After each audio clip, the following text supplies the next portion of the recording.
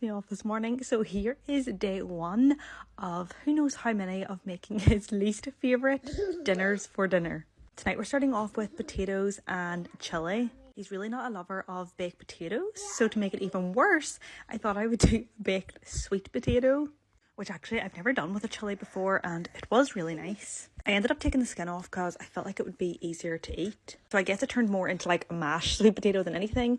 Then I made a homemade chilli in the slow cooker. I'm actually a day overdue of getting my groceries, so I was kind of just doing the best with what I had. It's partly my fault that my husband hates chilli so much. A few years ago, before we had kids, I used to follow Freely the banana girl, who used to say you needed to eat these huge portions. So I made this bean chilli and forced me and Trent to eat literally like a humongous portion that made us both sick. And now because of that, he just is not a chilli fan. I grated some cheese and put it like on top. The only thing it was missing was sour cream. I feel like that would have just made it taste so much better. And yeah, this was the final plate up. He does not look very enthusiastic. He told me he wanted the smallest portion possible. It's night 2 of making dinners that my husband hates because he keeps off and I'm very petty like that.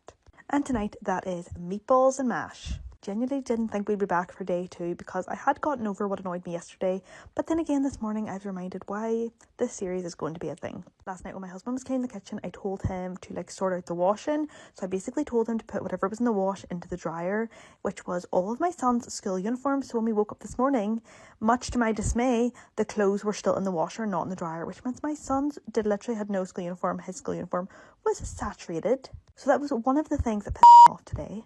But I did have someone say in yesterday's video that they were unfollowing me because they felt like that was mean.